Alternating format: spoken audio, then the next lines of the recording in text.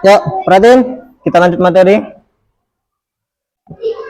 Kemarin kan kita udah bahas materinya itu beberapa contoh rukun iman, rukun Islam, ada tentang arti kata la ilaha illallah.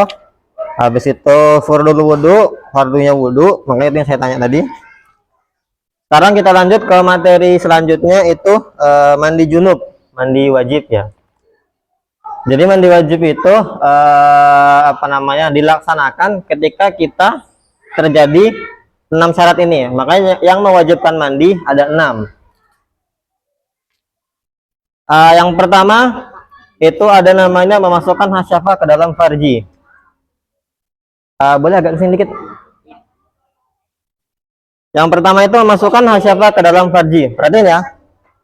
Ini materinya agak ini dikit pokoknya.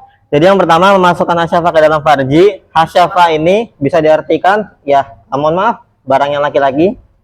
Farji itu barangnya perempuan. Ya, jadi artinya ketika barang si laki-laki ini masuk ke barangnya si perempuan, intinya dalam arti kata udah masuk, mau ujungnya doang, mau setengah, mau semuanya, itu diwajibkan untuk yang namanya mandi. Baik itu dalam arti kata yang sudah menikah ataupun yang belum menikah. Cuman bedanya ya, perhatiin di sini, kalau ketika kita bagi orang yang sudah menikah, itu melakukan yang pertama ini hasyafah ke dalam farji ini dia hitungnya ibadah. Kalau yang udah menikah, kalau yang belum, artinya zina. Beda lagi ya. Nah, yang kedua itu ada namanya kalau bagi laki-laki keluarnya sperma atau mani.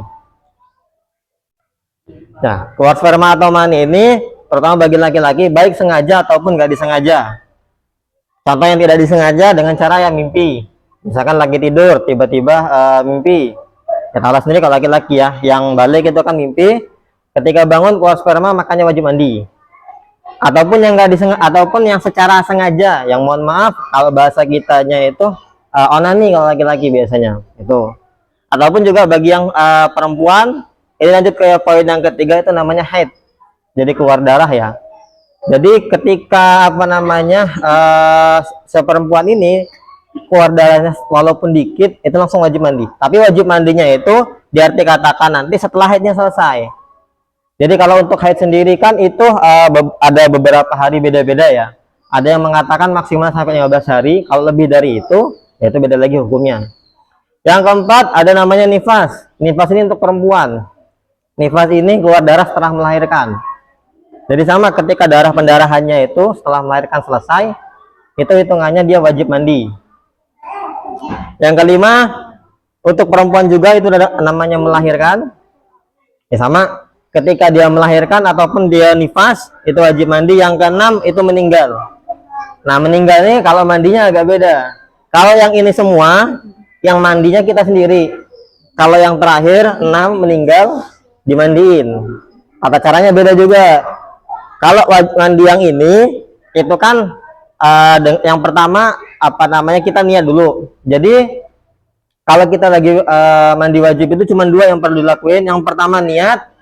Yang kedua, membasuh air ke seluruh tubuh. Niatnya tahu niat mandi wajib? Abdan? Hah? Yang perempuan? Niat mandi wajib? Belum pernah. Alika udah pernah balik? Udah haid belum? Udah. Niat mandi wajib?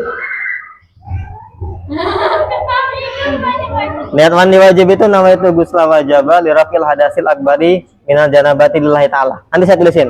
Sama kayak wudhu, cuman diganti. Nawa itu ghusla, saya niat mandi. Wajabah, saya niat mandi wajib. Lirafil hadasil akbari, untuk membersihkan hadas besar. Kalau wudhu kan lirafil hadasil asgori. Bedanya asgori sama akbari, artinya besar sama kecil. Nah, beda arti tadi makanya. Lillahi ta'ala tadi. Nah, cuman bedanya tadi yang 5 ini, itu mandinya kita mandi sendiri. Yang ke-6 itu dimandiin. Nah, terutama ini yang perlu dijelasin itu di poin yang pertama ini, masukkan hasyafah ke dalam farji ini. Nah, kalau untuk poin yang ini kan, terutama ini 2 ini, biasanya ini untuk laki-laki dan perempuan, baik itu yang masih lajang ataupun yang ini. Kalau yang ini untuk fase yang udah menikah, ya beda tadi makanya saya omongin. Kalau di poin yang pertama ini, kalau yang udah menikah melakukannya itu artinya ibadah, kalau yang belum menikah artinya zina. Kalau zina ya apa namanya hukumannya beda-beda. Kalau zina bagi yang belum menikah itu dicambuk 100 kali. Dicambuk pakai kain pakai tali gede kayak tali kapal sampai 100 kali. Ini pernah dilakuin ke anaknya Sayyidina Umar bin Khattab. Tahu Umar bin Khattab? Sahabat Nabi ya. Itu pernah diceritakan itu anaknya Umar bin Khattab itu beliau mabuk dan nggak sengaja berzina dengan perempuan, dicambuk sampai 100 kali. Kalau bagi yang sudah menikah itu namanya dirajam. Dirajam itu orang itu dikubur, disain palanya doang, dilemparin batu sampai meninggal. Itu dirajam. Nah, cuman bedanya kalau ketika orang melakukan zina udah dihukum dengan hukuman Islam, di dunia dihukum, di akhiratnya hukumannya lepas. Kalau pakai hukum kita misal di penjara, ya di akhiratnya masih dihukum lagi. Itu bedanya tadi. Mungkin kalau untuk wajib mandi materi yang tadi, yang mewajibkan ada 6. Yang pertama masukkan nasyafah ke dalam farji, ya barang laki-laki ke barangnya perempuan. Yang kedua keluar sperma, baik yang sengaja ataupun nggak sengaja. Yang ketiga haid, yang keempat nifas, yang kelima melahirkan, dan yang keenam meninggal. Hah? Sperma, ya ini sperma atau air mani. Ini laki-laki. Kalau perempuan kan ini. Jadi tahapan apa namanya sudah diakuin balik itu kalau bagi laki kan bagi laki-laki keluar sperma, kalau perempuan itu ada namanya haid. Beda ya. Sama-sama keluarnya melalui lubang kemaluan, cuman kalau laki-laki bentuknya cairan, kalau perempuan bentuknya darah. Nah, mungkin ada yang mau ditanyakan lagi sebelum lanjut? Apa? Kalau misalnya udah melakukan dinas ya, langsung nikah. Oke, gini saya bahas ya. Matiin aja lah. Ini udah di luar